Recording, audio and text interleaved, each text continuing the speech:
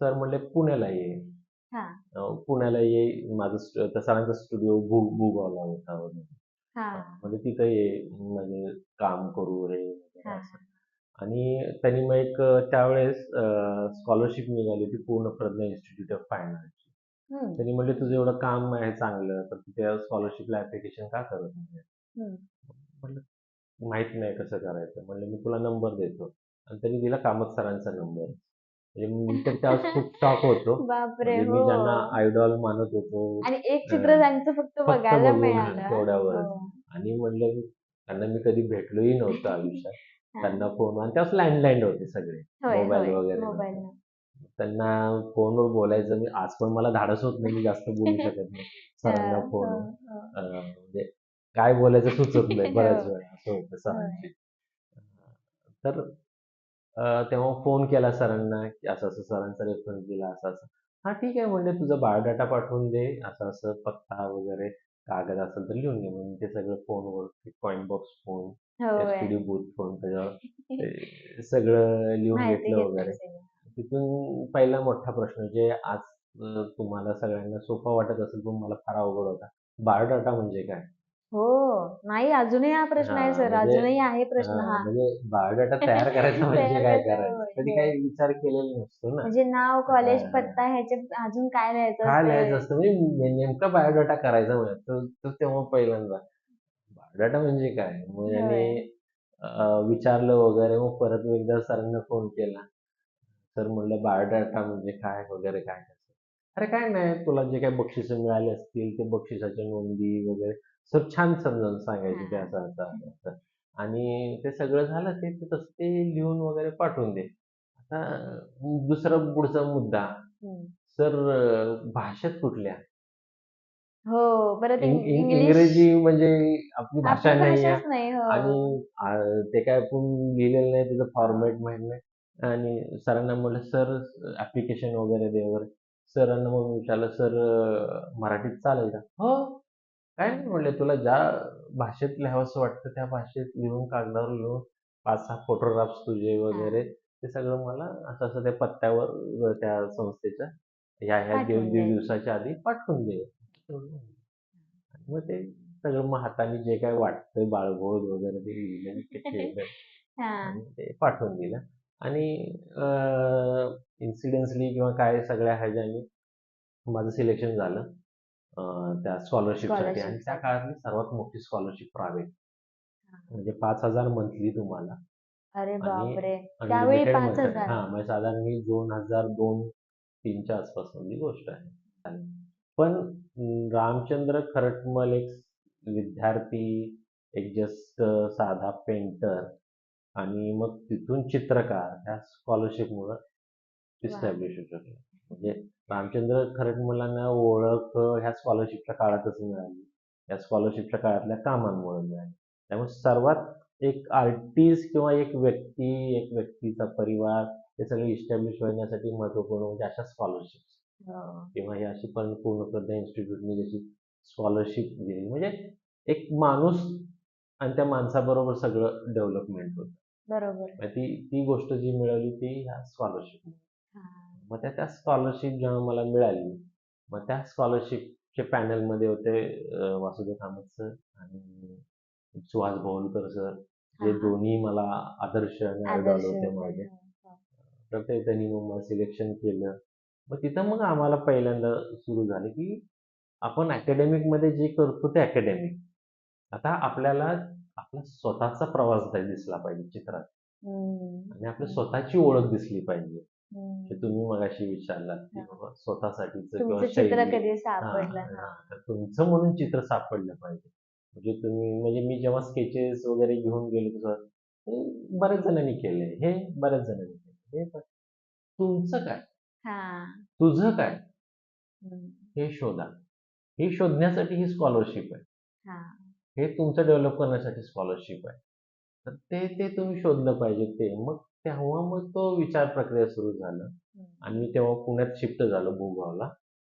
रामपुरे सरांनी मला ते रूम वगैरे अलाउड घेऊन दिली वगैरे. तर त्यांच्यामुळे मग पुण्यात आलो. आणि त्यांच्या स्टुडिओच्या जवळ. आणि रामपुरे सर पण मला मग मोठे-मोठे आर्टिस्ट, मोठे-मोठे त्यांच्याबरोबर फिरून त्यांचे थॉट, त्यांच्याबरोबर चित्र शेअर करायला मिळालं. मग एक दिवशी असंच स्केचेस सगळे घेऊन जाताना रवी मंडलिक सरांच्या घरी रामपुरे सरांनी मला घेऊन गेले होते. हां. हां. मग रामपुरे सरांकडनं एक मी खूप भारी शिकलो. त्यांनी नेहमी म्हणायचे, की आपण आहे, आपली खरी ओळख आपली कला आहे. हो, बरोबर. आज म्हणजे आज पण मला ते आज सोपं झालंय फक्त मोबाईलमुळं. सर नेहमी एक बॅग ठेवायचे त्यावेळेस पण आणि हां. त्या बॅगेमध्ये त्यांचा अल्बम असायचा काम. हो. मग ती सवय म्हणजे तूही लावायची आणि मग मी पण एक छोटा मॅन्युअल कटिंग, पेस्टिंग करून अल्बम त्याच्यात पोर्ट्रेट, लँडस्केप, कंपोझिशन जी काही चांगली-चांगली कामाचे वाटतात ती सगळे. कामाची हां. फोटोग्राफ्स, मिशन कामाची फोटो. एक छोटा अल्बम आणि एक छोटं स्केचबुक हां. आणि पेन्सिलचा पेन्सिल. बॉक्स किंवा हं. ह्याचा बॉक्स हे कायम जवळ पाहिजे आणि ती सवय मला तेव्हापासून लागली आणि ती छान सवय होती. त्यामुळे मग जाताना बॅगेत त्या गोष्टी हां. आणि कुठेही गेले तर तेच आहे, की फक्त आपण ओळखलो, हाय केलं निघालो. पण जेव्हा अल्बम दाखवतो, तर त्या माणसाच्या डोक्यात राहतं, की बाबा हा माणूस कोण होता? हो. त्याचं काहीतरी काम आहे. मग ते आपल्याला इंटरॅक्ट होतं. दोन्ही आपलं कामच पद्धतीने आपली हां ओळख आणि आहे, तर आणि ते समजलं पाहिजे. व्यावसायिकदृष्ट्या ती ओळख आहे. अगदी, अगदी. उद्या हो. आपल्याला ॲज अ चित्रकार, ॲज अ शिल्पकार काम करायचं, तर काय आपलं काम दाखवायला काय हरकत आहे? हो. आपण आपलं काम प्रेझेंट करायचं. तर ती सगळी आता हं. बाकीचे व्यवसाय जेव्हा लोकांशी करतात तेव्हा आपल्याला ऑड वाटत नाही. हं, पण हं. आपल्या क्षेत्रात लोकांना फार हे ऑड वाटतं, की मी का दाखवायचं? विचारल्याशिवाय कशाला नुसतं मी दाखवायचं. दाखवू असं. बिनधास्त म्हणले. दाखवायचं हां. वाटलं ना, की ह्या व्यक्तीला मला त्यांना विचारलं, "प्लीज सर थोडा 2 मिनिट वेळ आहे, मी माझी कामं दाखवू का?" त्यांनी येस म्हणले, की दाखवायला काय हरकत फक्त आहे? बघायला तरी काय हरकत बघायला आहे. काय हां. हरकत आहे? हं. मग ते तुम्ही पोचता. तर ही गोष्ट मी त्यांच्याकडनं शिकली आणि त्यामुळे मग बरेच चित्रकार मग एकदा असंच त्यांच्याकडे मग अल्बम होता सवयीप्रमाणे त्यांच्याकडून. मग दिलं. सर म्हणले, की असं-असं गावचाच आहे जीवन विद्यार्थी वगैरे. मग रवी मल्लिक सरांनी जेव्हा आणि माझ्याकडे तेव्हा कलर स्केचेस पण होते हां. केलेले आणि ती आमच्या कॉलेजचा एक संस्कार आहे आमच्या म्हणजे धुमाळ सरांनी आम्हाला दिलेला, की कुठलंही काम करताना त्याचं पहिल्यांदा स्क्रिबल्स नंतर फायनल स्केच नंतर कलर स्केच आणि फायनल पेंटिंग. स्क्रिबल्स म्हणजे? एक विचार आला, हां. की तो किती प्रकारे मांडता येतो. ओके. त्याचं स्पेस डिव्हिजन, कंपोझिशन हे सगळे छोटे-छोटे आकार करायचे आणि मग हां, त्याचं स्कीम वाईज हां. कलर स्कीम आणि हं. फाइंड हां. असं एक आमच्या कॉलेजपासून संस्कार जो आजपर्यंत पण मला आहे. म्हणजे हां. आजही मला ते ड्रॉइंग करायच्या आधी त्याचं स्पेस डिव्हिजन करून हां. तिथं हे केलं पाहिजे, हे भले ते लोकांना हे वाटेल नीरस असेल किंवा पण ती सवयीचा भाग आहे. हो. तर तो परत वादाचा आहे, की उत्स्फूर्त म्हणजे कला हे तो परत वेगळा नाही विषय. प्रत्येकाचे तर हां, तर हां. हे ते आता वेगळे आहे ना प्रत्येकाची प्रोसेस. हो. गोष्ट आहे. ॲक्चुअली उत्स्फूर्त काय नसतं कुठेतरी प्री आहेच, प्लॅनडच आहेच. हो, असतं. हो, हो. म्हणजे मी माहिती आहे. उचललं आणि असं न बघता असं मी मारत नाही. बरोबर? विचार मी मी करतोच की मी आपण इथं ब्रश मला हां, ठेवताना. हां. ते काही नसतं ते ठीक हो, आहे. हो. तो वादाचा विषय झाला. हां. हां. तर तेव्हा तुमचा ते अल्बम तुम्ही हां, दाखवला हां. रवी अल्बम मंडित सरांना. दाखवलं त्यांना ते चित्र दाखवली. मग त्याच्यामध्ये 2-4 पोर्ट्रेट होतं, सगळं होतं सगळं. मग रवी मल्लिकांनी 2-3 स्केचेस असे बाजूला ठेवले. कलर म्हण स्केचेस हां, वाले. कलर हां. स्केचेस होते. त्यांनी स्कॉलरशिपसाठीच केली होती सरांना दाखवायला कामं ते. म्हणले, "हे तू आहे. हं. हे तू दोन्ही कामं कर." ते होती माझी क्विल्टची स्केचेस म्हणजे गोधडीवर मी हां. केलेली पहिली छोटी-छोटी पोस्टर वॉटर कलरची पिक्टोरियल स्केचेस म्हणजे पिक्टोरियल कंपोझिशनसारखी स्केचेस म्हणजे माझी आजी गोधडी शिवायली आहे किंवा हां. मी जेव्हा लहानपणी ज्या वस्तीत राहत होतो, हां. गोधडी टाकून म्हातारी आपल्या नातवांना सांभाळत बसली आहे. हं. त्याच्यामध्ये कोंबड्या आहेत, फ्लॅट गोधडी आहे. मग वाह! ते मागे कुडाची घरं आहेत किंवा स्लम एरियाचं ते सगळं आहे. ते तसं ते मग ती फक्त म्हणली, की ही तू पेंट केल्यासारखी वाटतात. ही ओके. तुझी चित्र वाटतात. हे जस्ट ठीक आहे. तुझं पोर्ट्रेट चांगलं आहे, लँडस्केप चांगलं आहे, हे छान आहे किंवा ते फिगरेटिव्ह पण आहे. तुझं ड्रॉइंग चांगलं आहे म्हणून तुझं फिगर चांगलं आहे. हं. पण ह्या चित्रात कुठेतरी जास्त मला तू दिसतोय आणि ह्या हां. सीरीजमध्ये तू काम कर आणि तू कुठल्या कुठे जाशील हे त्यावेळेस रवी मल्लिक सरांनी सांगितलं. आणि मग नंतर त्या क्विंट सीरीजवर मग हे माझं काम सुरू झालं, जे आज तागायत मी करत आलो. म्हणजे जस्ट तो एक तुमच्या सगळ्या मागच्या कामाला एक टर्निंग पॉइंट टर्निंग पॉइंट मिळाला, तर की तिथं मिळाला तुमचं आणि तुमचं मग सापडलं. हां. मग जे म्हणतो ना, की आपली आयडेंटिटी हो, आहे. हो. मग तो आकार घेऊन जेव्हा मग परत कामत सरांशी आमचं डिस्कशन व्हायचे. दर 6 महिन्याला आमचं त्या स्कॉलरशिपला सबमिशन असायचं. हं, मग हं. त्यात प्रोग्रेस दिसला तर ते पुढे कंटिन्यूएशन होतं. हो, बरोबर. जर प्रोग्रेस नाही दिसला नसेल तर काम करत तर ते हो, हो डिस्कनेक्ट. कॅन्सल असं करतात. त्यामुळे आम्हाला ती खूप जबाबदारी होती. हो. मग मी ते दर महिन्याला इथून मी पुढचं काय-काय काम करणार आहे, त्याचे हां. नेहमीच्या ह्याच्याप्रमाणे 10-12 कलर थोडी स्केच स्केचेस, हां. थॉट स्केचेस ते घेऊन जायचो. कामत सर आम्हाला वेळ द्यायचे. मग कामत सरांकडे ते स्केचेसवर चर्चा व्हायची. हां, आमच्या स्केचेसवर ते बोलायचे, हां. ते थॉट सांगायचे. मग मग तिथं कळलं, की एखादं चित्र डेव्हलप कसं होतं. हं. मग कामत सरांनी तेव्हा ते हे केलं, चित्र हे लगेच उत्स्फूर्त डेव्हलप नाही. त्याच्यामागे चिंतन पाहिजे, मनन पाहिजे. एखादा विषय किंवा एखादा ऑब्जेक्ट जेव्हा आपल्याला सापडतो, हं, हं. तेव्हा तो आत्ता काय आहे? पुढे काय त्याचं कन्व्हर्जन होऊ शकतं का? त्याच्या हं. इतिहासामध्ये काही नोंदी आहेत का? त्याच्या इतिहासातले काही घटकांबरोबर याचं रिलेशन आहे का? बापरे! त्याचं अध्यात्मात काही रिलेशनमध्ये रिलेटेड आहे का? म्हणजे आता गोधडी ही कुठं-कुठं आहे. म्हणजे हे हां. तुला सामाजिक तुझं माहीत झालं. हे तुझ्याशी रिलेटेड झालं. हं. पण हे तुझ्यापेक्षा बाहेर कुठेतरी आहे ना ती. हो. त्याचा उल्लेख कुठं-कुठं आहे का? हां. कुठल्या ग्रंथात त्याच्याशी रिलेटेड मिळतं का? कुठल्या हं. संप्रदायात त्याच्याशी मिळतं का? मग त्यांनी आम्हाला काही बुद्ध संप्रदायातल्या कथा सांगितल्या, की हां, त्यात हां. कसं कपड्याचा प्रत्येक वस्त्राच्या शेवटपर्यंत उपयोग केला जातो. मग हं. त्यात ती गोष्ट कशी विणता येईल? हां, मग हां. त्या गोष्टीवर कसं तुम्हाला चित्र करता येईल? मग बरोबर. तो आकार तुमचा आता न होता तो तुमचा आकार झाला पाहिजे. तुमचं एक जवळचं काही पूर्ण तर रिसर्चच हां, त्या हां. विषयावरती. त्या विषयावर रिसर्च म्हणजे जसं पेंटवर आपली कमांड आहे, तसं त्या विषयावर पण कमांड व्हायला हां. पाहिजे. आणि तो विषय वेगवेगळ्या पद्धतीने हाताळता आला पाहिजे. वेगवेगळे माध्यम चेंज करता आलं नाही. त्या काळात मी डायरेक्ट कपडे लावून पण केलेलं आहे. हं, हं. डायरेक्ट कॅनव्हासला शिवून पण केलेलं आहे. म्हणजे हां. खूप प्रयोग केले मग त्याच्यामध्ये. मग त्या पद्धतीने मग विषय, आशय सुरू झाले. मग त्यातलं आध्यात्मिक विषय मिळाला. म्हणजे तो हं. मग ते जे स्टेट अवॉर्ड लागलेलं चित्र तयार झालं. Touch of devotion. हां. म्हणजे भक्तीचा स्पर्श. हं. म्हणजे संत जनाबाई यांनी विठ्ठल. हां. मग जनाबाईच्या अभंगामध्ये गोधड्या आहेत. किंवा हो. जनाबाईकडे जेव्हा विठ्ठल आला होता, तेव्हा त्याला घाम आला अंगावर, थंडी वाजली. तो भक्तीच्या गोधडीत लीन होऊन झोपला. ह्या अशा काही हो. काव्यरचना पण झाल्या. होय, होय. मग त्या काळात मी पण काही लिहून ठेवल्या. अरे वाह! असं मग ती प्रोसेस सुरू झाली हां. तेव्हा आणि मग तो प्रवास गोधडीचा सुरू झाला म्हणजे आणि तेव्हा ती पूर्ण स्कॉलरशिप. तुमच्या कन्सेप्ट हं, आणि तुमचं हं. आतापर्यंत घेऊन आलेल्या सगळ्या सगळ्या गोष्टीतच गोष्टी पुढं जे जायचं पुढे आहे, ते खरं तुम्ही त्याच्यामध्ये हां, उतरलात. तसं. मग म्हणून कॉलेजच्या काळात काय असं ठरवलं नव्हतं की शैली आणि ॲक्चुअली माझं स्वतःचं मत आहे. शिक्षण शिक्षण आहे. हो, हो. ते काय तुम्हाला पूर्णत्व देणारे नाही. तुम्हाला शिक्षणातल्या गोष्टी ज्या आहेत, म्हणजे सायन्स आहे किंवा व्याकरण आहे, ते तुम्ही चांगलं शिकलं पाहिजे. बरोबर. आणि तुमचं क्रिएशन तुमचं हे पास आउट झाल्यावरच आहे. आणि हा स्पॅन आहे. म्हणजे आज मी जे काम करतोय, पुढच्या वर्षी ते करेल मला माहिती नाही.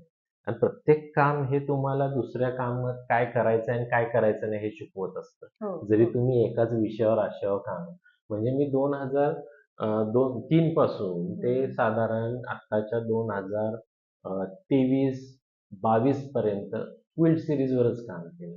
हो. म्हणजे गेली 20 वर्ष जवळपास होय, होय. एका विषयावर, एका आशयावर मी चित्र केली हां. आणि त्याची एक्झिबिशन्स केली. म्हणजे अ, तो आकार सगळ्या क्षेत्रातनं, सगळ्या मीडियामधनं, सगळ्या काय प्रोसेसमधनं तो पुढं होत आला. हां. आणि त्याच्यामध्ये मग जरी तो फक्त गोधडी जरी आकार असला, तर सबस्टिट्यूट मी स्पेस डिव्हिजनवर काम केलं. बरोबर. मी ॲप्लिकेशनवर काम केलं. आणि हं. नंतर बुद्धी जन्य कौशल्यावर तुमचं काम आहे. तर हो, सुचण्यावर आणि फिलिंगवर मग हो. तुमचे काम सुरू झालं. मग आर्टिस्टला हे बी कळलं पाहिजे, की जेव्हा आपल्याला एखादी गोष्ट रिपीट व्हायला लागते, हं. तेव्हा ती आपण थांबवली पाहिजे. कारण हां. एक शेवटी कसं असतं, की एक त्या कुठल्याही गोष्टीला एक एक काय म्हणतो फुल स्टॉप म्हणा किंवा कुठलाही तरी एक पॉज अपेक्षित असतो. कंटिन्यू पळू शकत नाही आपण. नाही. कुठेतरी थांबता आलं पाहिजे, कुठेतरी उसण घेतली पाहिजे. मग ते उसण घेणं म्हणजे ते थांबलं पाहिजे. मग ती एनर्जी स्टोरेज होती. बरोबर. मग तो विचार स्टोरेज होतो. मग तोपर्यंत आपण दुसऱ्या गोष्टीकडे कन्व्हर्ट झालं म्हणजे पाहिजे. विचार थोडासा डेव्हलप व्हायला डेव्हलप मध्ये टाइम टाईम मिळतो. मिळाला पाहिजे. त्यातनं हो. नवीन काहीतरी यायला टाईम मिळाला पाहिजे. आणि तर हम्म. तुमची मॅच्युरिटी पण वाढते ना. बरोबर. तोपर्यंत तुम्ही इतर गोष्टी करत असता. हो. इतर गोष्टीतल्या काही गोष्टी तुम्हाला त्या आकाराशी कनेक्टेड होतात का? हम्म. त्या गोष्टी तुम्हाला हे करायला पाहिजे. तर तुम्ही मग कायम रिपीटेड होत जाता. मग आणि तुम्ही एक तुमच्या स्टॅम्प होऊन चित्रातली जाता म्हणायचं. बरोबर. आता हं, तुम्ही गोधडीच्या कामाचं सांगितलं, की हं, ती कुठून आली हं, आणि हं, नंतर तुम्ही ती कशी हं, डेव्हलप केली. हं, हं, पण हं, तुमच्या चित्रात जास्त करून अट्रॅक्ट करणारी जी फिगर आहे, हं, तर ती कधी आली आणि ती आता चित्राचा सगळ्यात मेन पार्ट तोच दिसून येतो, की हं, फिगर हं. मेन असते आणि बरोबर त्याच्या आहे. आजूबाजूला तुम्ही सगळे हं, अरेंजमेंट्स हं, केलेले हं, असतात. हं, तर हं. ती कधी आली चित्रामध्ये? ती ॲक्चुअली जसं म्हणलं ना बॅकएंडचं काम आपलं जसं सुरू त्याच काळामध्ये मी ह्या पद्धतीचे पण ड्रॉइंग्स दाखवले होते. हो. आता त्याचं इम्प्रेशन 2 गोष्टींमुळे आहे. एक एक तर त्या काळातला जो जयेंद्र जय सिनेमा, त्यातली स्मिता होय. पाटील, स्मिता पाटील. हे कुठेतरी स्ट्राईक झालं होतं हां, हां, आणि ते हां, हां. कॉस्ट्यूमच खूप स्ट्राईक झालं हो, होतं हो. आणि ते कॉस्ट्यूम स्ट्राईक होण्यामागचं कारण दुसरं असंही असावं, की माझं गाव सोलापूर हां, आणि त्यामुळं आम्ही कर्नाटक बाउंड्रीवरचा. हां. माझ्या घरातल्या जवळ-जवळ सगळ्या स्त्रिया ह्या चोळी वापरायच्या. हां, म्हणजे हां. माझी आजी असेल, ते माझी आईपर्यंत असेल बरोबर. आणि म्हणजे आजीची जी चोळी तर फार ट्रेडिशनल होती. हां. म्हणजे ती नॉटचीच असायची. हां. हां. आणि ती प्युअर चोळी असायची. हो. म्हणजे ती काय म्हणतात ती रेशमी चोळीसारखी थोडीशी वेगवेगळ्या त्यातल्या त्या इरकल आणि साडी ही इरकल काठापदराची असायची. हो, हां. हो. मग ते कुठेतरी इम्प्रेशन आकाराचं माझ्या डोक्यात तेव्हापासून होतं. हं. म्हणजे चोळीचे रंग, चोळीवरचा पोत, चोळीचे डिझाइन, चोळीवर पडल्यावर प्रकाश असलेला तो ग्लोज, तिचा हो. रेशमीपणा, काहीतरी इम्प्रेशन आधीपासून होतं. हां. आणि त्याच्यानंतर इरकल साडीची ते काष्टा घातलेले किंवा हां, काठा हां, हां. पदराचे हे पण इम्प्रेशन होतं. म्हणजे ते म्हणजे कधी स्पष्टपणे समोर आलं नसलं तरी आधी हां, ते ते होतंच. ते इम्प्रेशन आहेच ते. हां. मग ते इम्प्रेशन कुठेतरी ब्युटी म्हणून, मग सौंदर्य म्हणून कनेक्ट झालं ते स्मिता पाटीलच्या जयत्रीजेत बरोबर, की हां. बाबा एक ब्युटी कॅरेक्टर म्हणून. हो. शेवटी कसं आहे, की व्हिज्युअल हे ब्युटी असेल, म्हणजे चित्र हे सौंदर्यावर आधारित आहे. बरोबर. विचाराबरोबर सौंदर्यावर आधारित आहे. नक्कीच, म्हणजे नक्कीच. जी गोष्ट आपल्याला वॉलवर जर प्लेझेंट दिसलं, म्हणजे नजरेला न त्रास देणारं, न वेदना देणारं, तर ते सुखद होऊन जातं. मुळात कला ही बरोबर. कशासाठी निर्माण झाली, की तुमच्या रोजच्या गोष्टीला कुठेतरी ब्रेक देऊन ब्रेक देऊन. एनर्जी घेण्यासाठी. हां. मग तसं काहीतरी येण्यासाठी मग तो इम्प्रेशन आणि हा ब्युटी आकार ह्या दोघांच्या संयोगाने आणि माझं स्वतःचं ड्रॉइंगवर असलेलं प्रेम, बरोबर. ह्युमन ड्रॉइंगवर असलेलं प्रेम, हो. यातनं हे ब्युटी सीरीज किंवा फिमेल सीरीज ही डेव्हलप होत आहे. म्हणजे आधी तुम्ही जे बघत आलात हं. जसं की म्हणलात की घरातल्या स्त्रिया पण त्या गोष्टी हं, वापरत होत्या. हं, हं. पण आपल्यासाठी काय ती एक रोजच्या वापरातली वस्तू आहे. हं, त्याच्या व्यतिरिक्त काही नाहीये. हं, पण तुम्ही ते एकदा समोर व्हिज्युअल फॉर्ममध्ये जेव्हा बघितलं, की एक हं, अंतरावरून बघितल्यानंतर ते कसं दिसतंय, एक हं, ब्युटी म्हणून तुम्ही जे हं, म्हणालात. हं, तर मग तुम्हाला ते पण कळालं, की हां, ही आपली रोजच्या वापरातलीच गोष्ट हं. आपण एक ब्युटी म्हणून हां, चित्रात तेच ते वापरू इम्प्रेशन शकतो. कुठं तर आलं. पण ह्या हां, दोन्हीमधला कॉमन दुवा एकच आहे माझ्या आयुष्यातलं. जर तुम्ही नीट बघितलं तर. क्लॉथचं फील आणि त्याच्यावरचे इम्प्रेशन्स. हां. म्हणजे गोधडी जरी म्हटलं तर ते क्लॉथ आलं. कापडच आहे की. हो, हो, हो, कापडामधलं हो. प्रत्येक पॅटर्न, प्रत्येक डिझाइन, प्रत्येक हे एक फील आहे. आणि इथेही हां. तुम्ही सगळे जर या सीरीजमधले जर बघितलात तर मी ह्युमन फॉर्म हा फ्लॅट रंगवतोय. ह्युमन फॉर्मला होय, जास्त होय. डायमेन्शन्स नाहीयेत. पण त्याच्यावरची ड्रेपरी चोळी आणि हो. ड्रेपरी त्याच्यामुळे ते इम्प्रेशन माझ्या अजून पण आहे ते. हो, हो, हो. आणि बरोबर. मला ते डिझाइन पॅटर्न खूप आवडतो. फिगर आणि हाफ असेल, फुल हां, असेल तर ड्रेपरीवर तुमचं हां आणि तेवढंच मुळात जास्त म्हणजे काम. तेच वेगळं करतं ना. होय. म्हणजे हात, चेहरा, पाय हा सगळा कॉमनच आहे. कॉमन. पण त्यावरचं जे चोळी आहे, त्यावरची जी काही काठापदराची साडी साडी आहे, आहे. ती त्या आकाराला वेगळी करते. बरोबर. मग ते ते त्याला कुठेतरी तो ते तुमचं ते एक मला हां, बनवतंय. इम्पॅक्ट असेल. हां. म्हणून जेव्हा आपण चित्रकार म्हणून काम करत असताना, तो आकार शोधणं किंवा तो आकार आपण कॅच करणं, हां. हे प्रत्येकाला जसं आता तुमचं पुढचं आहे, की येणारे पोरं काय केलं पाहिजे? हं. तर ती गोष्ट आहे, की ते हो. तुम्हाला पहिला शोधता आलं पाहिजे. हां. आणि ते शोधत असताना, की त्यातला नीरसपणा मात्र कसं काढता येईल, हं, हं, हं. तो एक आपली जबाबदारी आहे. हो. आणि ते काढण्यासाठीचा प्रयत्न करून त्यातली पॉझिटिव्ह एनर्जी येणारी, त्यातली सौंदर्यात्मकता देणारा आकार आपला आपला आपण शोधला पाहिजे. हां. असं आहे. कारण ह्युमन फिगर सगळ्यांनीच केले ना होय. आणि सगळेजण करतात पण आणि करतात. उत्कृष्ट करतात हो. आणि छान करतात. मग त्यातनं आपले माझी ह्युमर वेगळेपण हां. परत. मग ती कुठून आली तर ह्या 2 गोष्टीतून आली. हां. एक तर त्याची ड्रेपरी हां. आणि आणि डिझाइन त्याचं पॅटर्न्स डिझाइन पॅटर्न.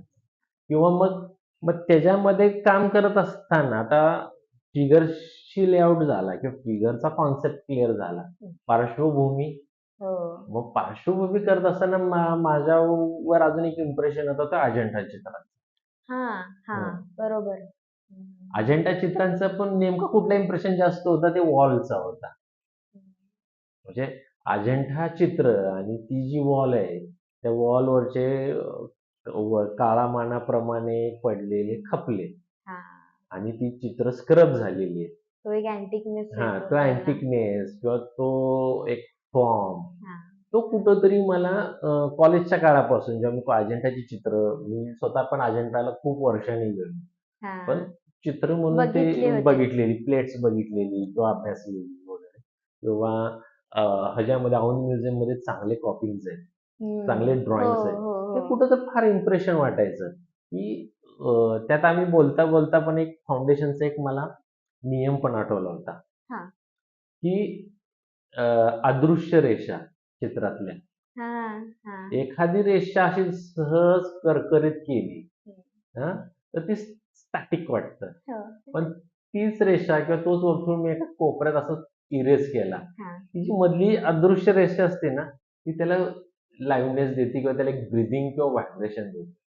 आणि आ, आपण कनेक्ट होतो त्याच्याशी का? कारण आपण ती शोधतो शोधायचा त्याच्यातून. प्रयत्न आपली करतो. नजर पूर्ण करते ती म्हणजे रेषा त्या नसली तरी. ते हां. कुठेतरी मला ती ब्युटी ह्याच्यामध्ये दिसायला लागली वॉल म्युरल. जसं की म्हणजे तो खपले पडले खपले असून पडलेला पण. आकार, ते अपूर्णत्व हां. कुठेतरी आपल्याला ते पूर्णत्वाच्या ध्यासाने बघायला लावतं जास्त. वाह! असं काहीतरी ते सुंदर. वाटायला लागलं. मग ते हां. इम्प्रेशन मग ह्या ब्युटी सीरीजमध्ये क्लब झालं किंवा हां. एकत्रित आलं. म्हणून ती फिगर करताना काही ठिकाणी ती ब्रेक ते झालेली फॉर्म्स आहे. दिसतात. हो, हां, हो, ते हो. फॉर्म्स अजंठा मग वेरूळचे जे जे टाइल्स सारखे जे स्टाईल्स फॉर्म्स ते आहेत. अनइव्हन फॉर्म्स अनइव्हन किंवा बऱ्याच फॉर्म्स. चित्रांमध्ये अजंठाचे मी डायरेक्ट इम्प्रेशन्स पण हो, वापरलेत. हो. सगळं त्याच्याशी रिलेटेड केलंय. म्हणजे मग अजंठा वॉल म्युरल आणि माझं ड्रॉइंग आणि माझा आकार असं काहीतरी त्याचं ते एकत्रितपणे एक चांगलं. रचना हो. किंवा एक फ्युजन सारखं हं. ती त्या चित्रशैलीतला तो इम्पॅक्ट आहे. म्हणजे बरोबर. जे बघतोय, जे इन्स्पायर होतंय त्याचंच फक्त माझ्या विचाराने मी मांडणी माझी जी फ्रेम आहे, हं. त्या फ्रेममध्ये मांडणी. असं बरोबर. ती ती गोष्ट म्हणजे ती चित्र ब्युटीची सीरीज झाली. बरोबर. आणि मग ते आज जसं-जसं प्रवास करत पुढं आलो जेव्हा आजच्या घडीला म्हणजे आता क्विल्ट 2022 पर्यंत प्रकर्षाने काम ह्या हो. 2 गोष्टी सायमल्टेनियसली माझ्या चालूच होत्या, चालेल. दोन्ही सीरीजचं. आणि मग ह्याच्यातलेच प्रयोग तुमचे त्याच्यातले चालू. प्रयोग हो. चालू आणि त्या एकमेकात इम्प्रेशन येतच येत ते राहिलं. ऑटोमॅटिक बरोबर. येत राहिलं. हो. आणि मग ते इम्प्रेशन येत मग आत्ताची जी काही आमची तीचं जेव्हा आम्ही एक्झिबिशन करायला चाललो जहांगीरला, की हो. बाबा फिमेलवर हो. कारण वर्षाजी फिमेलवर काम करत काम. होत्या. हो. आणि क्विल्ट मी 2-3 शोला प्रेझेंट केलंच होतं. हो. पण माझी आतून एक इच्छा होती, की हे फिगरेटिव्ह पण एक अख्खा शो मला प्रेझेंट हं. करायचा होता. म्हणजे क्विल्ट अजिबात तिथं दिसली नाही पाहिजे. हां. एक इम्प्रेशन आपलं. हो, हो, हो. म्हणजे लोकांनी म्हणलं, "अरे काय हे वेगळं असं चालू हां. शकतं." हो. पण मला वाटलं, की म्हटलं फिगरेटिव्ह मग त्यामुळे बरोबर. तुम्ही ज्या फिगरेटिव्ह गोष्टी नवीन ज्या करताय, जे प्रयोग करण्याचा हां. प्रयत्न करताय, ते आपल्याला वाटतं वाट की एकदा हां. गॅलरीमध्ये आणि आपल्याला आपला सुद्धा हा म्हणजे एक संध सगळं यावं. हां. म्हणजे तर लोकांनी त्यातनं आहे. बघण्यापेक्षा ना, म्हणजे मला स्वतःला पण असं वाटतं, की हं. माझी जी मी घरी चित्र करते, ती वाटतं हं. की गॅलरीत बघावी त्या लाईटमध्ये हां. किंवा एक सीरीज म्हणून. आता घरी आपली काही बॅकग्राऊंड असते, हां. त्याच्या आजूबाजूला तसं हं. वातावरण नसतं. तर त्या वातावरणात एक बघायची मजा वेगळी असते. नाही तिथं शेवटी आपण लावून बघू. गॅलरी डिस्प्ले असतात. हो, हां. हो. आता म्हणजे आत्तापर्यंतचा प्रवास असू दे किंवा सगळं हे झालं की तुमच्या चित्राच्या बाबतीत, की चित्र कसं डेव्हलप होत गेलं, त्यातले फॉर्म्स सगळंच तुम्ही टेक्स्चर सकट सगळे त्याचे एक्सप्लेनेशन दिलं. पण ह्याच्यासोबत आपण जेव्हा विषयांवरती अभ्यास करत असतो, त्याच्यासाठी रिसर्च करत असतो, तेव्हा आपल्यातल्या माणसाचा पण त्याच्यासोबत एक प्रवास चालू असतो, आपलं 100% घडणं. हो, हो. तर त्याच्याबद्दल थोडंसं सांगा सर? 100% जेव्हा तुम्ही जेव्हा आपला एक चित्र म्हणून विचार करत जाता किंवा चित्राचा शोध घेत जात असता, तेव्हा तुमच्या स्वतःचे डेव्हलपमेंट्स चालूच असतात. त्याच्या फिलॉसॉफी, त्याचा विषय, त्याचा आशय हा कुठंतरी तुमच्या इम्प्रेशनमधनंच बाहेर आलेला असतो आणि त्या तुमच्या विचारानेच बाहेर आलेला असतो. तर साधारण ते तिथं येतंच. मग त्यात तुम्ही ते नॉलेज घ्यायला जाता. थोडंसं नॉलेजमध्ये तुमच्या भर पडतं. काही शोधवृत्तीमुळे नवीन गोष्टी कळायला लागतात किंवा त्या आकाराशी निगडीत, त्या विषयाशी निगडीत काही लोकं तुम्हाला भेटतात. हो. ती लोकं तुम्हाला म्हणले, "हे असं पण होतं. हे मला असंही वाटतं. हे यातली गोष्ट आहे. हे हे तुम्ही घेऊ शकता." अशा त्या सगळ्या गोष्टी. आणि बऱ्याच वेळा काय होतंय, की आत्ता जी माझी चित्र आहेत, जी जसं म्हणलं, की आपल्या इम्प्रेशनवरच ती गोष्ट पुढे जाते. म्हणजे तुम्हाला आता परत आपण बॅकला येऊ शकतो माझ्या बालपणातले. मग त्या काळातल्या फिगॅरिटीज असलेले इम्प्रेशन, त्या काळातले कॅलेंडर्सचं असलेलं इम्प्रेशन म्हणजे एस एन पंडित असतील, एस एन पंडितांची ड्रॉइंग्ज असतील, एस एन पंडितांचं जे काही त्यात त्यांची शकुंतला असेल, त्या काळातल्या दलाल असतील. म्हणजे ह्या सगळ्याचा कुठंतरी निचरा जो असतो, तोच कुठंतरी आपल्या चित्रात स्वभावात, उतर चित्रातून, इम्प्रेशनमधून तो उतरत असतो. आणि मग तसा तुमचाही स्वभाव होत जातो. जसं तुमचा प्रवास सुरू होतो, तसतसे तसे तुमच्या चित्राचे रंगही बदलत जातात. हो. तसं त्या तुमच्या चित्रातले आकार पण बदलत जातात. जर तुम्ही बऱ्याच वेळा जर बघितलं तर एखाद्या चित्रकाराच्या सुरुवातीच्या चित्रात खूप आकार असतात. ते नंतर आकार कमी होत कमी होत जातात. जातात. जसं आजच्या ह्याच्यामध्ये आत्ताची जर तुम्ही जर चित्र बघितली आत्ताच्या ती एक्झिबिशनमधले, तर आता जास्त आकारापेक्षा फॉर्मवर आलेले बॅकग्राऊंड थोडेसे एम्प्टीकडे आले आणि काही भौमितिक रेषा आणि भौमितिक आकाराकडे आलेले आहे. जसं एक अर्धवर्तुळ तुम्हाला बॅक अर्धवर्तुळ साईडला. आहे. हो. मग ते कुठेतरी आता असं वाटायला नाही, बस आता हे मांडलंय, हे आता नको, ह्याच्या पुढचं बघू, त्याच्या पुढचं बघू. मग नाही आता खूप असं रँडम नाही रंगवायचं. फार असं हे नाही. फारसं थोडंसं पण तुमचा जसा स्वभाव किंवा तुमची त्यावेळची जी मनस्थिती असती काम करतानाची, ती ऑटोमॅटिक ती चित्रात येते, त्या विचारात येते आणि ती येत राहतेच. आणि ते ज्या ज्याचे त्याला कळतं पण बरोबर. आणि जो तटस्थ असतो तो जास्त बघतो. त्यासाठीच मग आपले गुरु किंवा आपले जे सीनियर्स आहेत ते सांगतात किंवा गाईड करतात ते.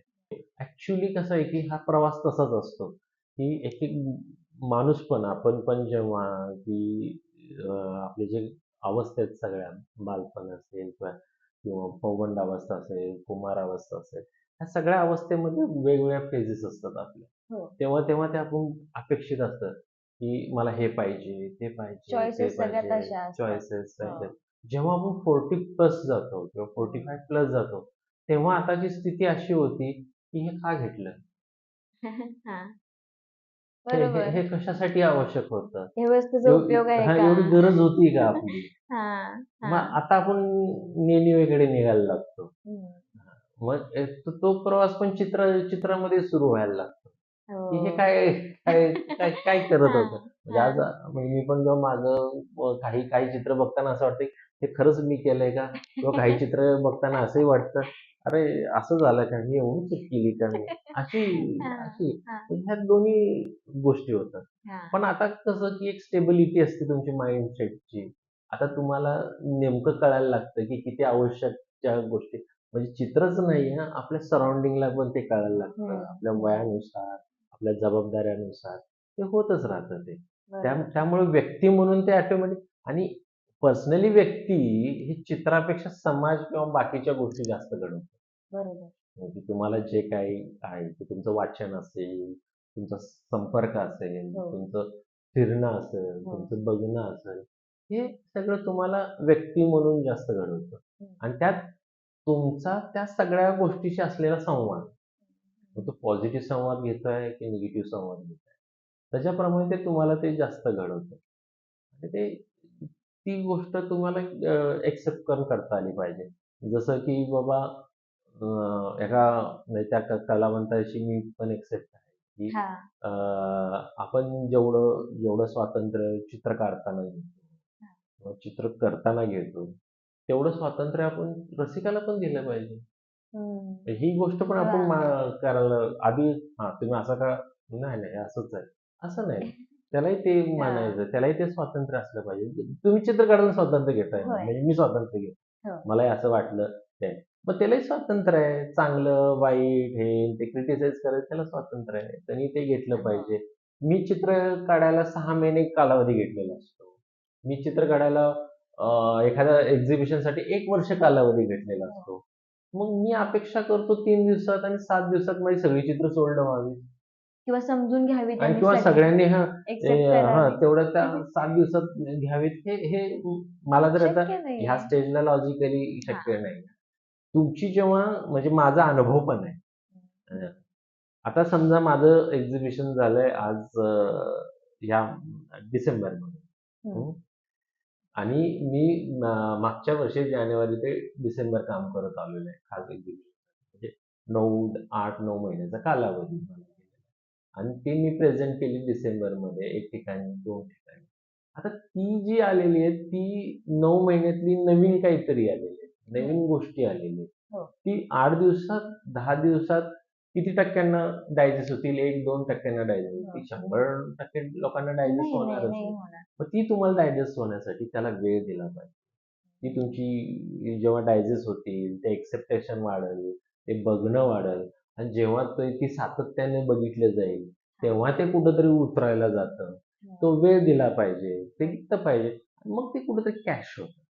बरोबर. आता आतापर्यंतचा तुम्ही जो काळ बघितला, एक त्यात तुम्ही महत्त्वाची गोष्ट सांगितली, की 10 वर्षापूर्वी आपण जे शिकलो आहोत, तेच आपण जेव्हा मुलांना शिकवणार आहे, तेव्हा ते लक्षात ठेवलं पाहिजे, की पुढची पिढी आहे, ह्यांच्याकडे वेगळ्या गोष्टी आहेत. त्या दृष्टीनं थोडंसं हं, त्यांना हं, हं. शिकवणं. तर 100% आता जी कला बदलत चालली आहे, हं. बरेचसे आता गॅजेट्सचं तर तुम्ही हं, स्वतः पण हं, हे हं, केलंत. हं, अ, तर मोबाईल असेल, नेट आहे, ज्याच्यावरून हं, इझिली सगळं अवेलेबल होतंय हं, आणि ह्याच्यासोबत आता कलेचा पण एक हं, प्रवास चालू आहे. हं. तर त्याच्याबद्दल सर तुम्ही काय सांगाल? म्हणजे एक चित्रकार म्हणून तुम्ही तोही काळ बघितलाय आणि आत्ता बदलत जाणारही तुम्ही सोबत आता तुम्ही शिकवल्यामुळे तर तुम्ही हं, खूप हं, जवळनं हं. बघितलंय. बघितलं बघ. तर त्याच्याबद्दल काय सांगाल सर? त्याच्याबरोबर एवढंच आहे, की कसं आहे, की आजकाल थोडंसं हे झालेलं आहे, की एकतर इन्स्टंट झालेलं आहे, हं, की फार लवकर अपेक्षित आहे कुठलीही गोष्ट. हं. पेशन्स जर असं आत्ताच्या जनरेशन म्हणण्यापेक्षा आत्ताच्या घडीला जरा कमी झालेलं आहे. हं. आता डिजिटलायझेशन आल्यामुळं आज बरेच जण म्हणतात, की कशाला मी ड्रॉइंग कष्ट करत बसू. एनलार्ज करेन, त्याच्यात हां. ट्रेस करेन किंवा हे करेन. ठीक आहे ना, मान्य आहे. म्हणजे मला काय जमतंय बाबा, मला रंग भरायला चांगलं. हं, मग मी ड्रॉइंगवर पेशन्स कशाला घेऊ? हं. कारण माझ्याकडे आज काय आलेलं आहे, की बाबा डिजिटल टूल आलेलं आहे, Google आलेलं आहे. मला अपेक्षित आकार, अपेक्षित जे आहे, ते त्याचं प्रिंट काढलं, त्याचं प्रिंट फाईन ड्रॉइंग छान भरलं. रंगवलं, हो. भरलं, ते खूप छान दिसतं. मग मग तुम्ही काय नेमकं मग ते घेताय ते? कौशल्य घेताय, विचार घेताय, काय घेताय? हं, हे कुठेतरी जर असं कन्फ्युजन बेमिसळ झाल्यासारखं वाटतं. हं. आणि त्या धर्तीकडे खूप त्याच्याकडे चालल्यासारखं वाटतं. तरी कितपत योग्य आहे, कितपत अयोग्य आहे, ॲक्चुअली या सगळ्या प्रश्नाची उत्तरं काळ ठरवणार. होय. जसं आमच्या काळात पण जेव्हा पहिल्यांदा काय आलं, कॅनव्हास प्रिंट आलं. हो, टेक्नॉलॉजी हो, आली. हो, बऱ्याच गॅलरीवाल्यांनी कॅनव्हास हो. प्रिंट चे ते ते पटापट चाललं आणि चाललं परत ते आणि हो. नंतर लोकं canvas print as a cheap होय. कॅनव्हास प्रिंट हे आलं. लोकांना वेगवेगळे मीडियावर प्रिंट यायला लागले. तर हां. तसंच आहे, की कुठली टेक्नॉलॉजी ही थोड्या दिवसापर्यंत राहणार आहे, निघून जाणार. पण तुमचं स्वतःचं थॉट, तुमचं स्वतःचं व्हिज्युअलायझेशन, तुमचं स्वतःचे कष्ट, तुमचं हं. स्वतःचं मॅन्युअली वर्क हो. हे कधीही आउटडेटेड हं.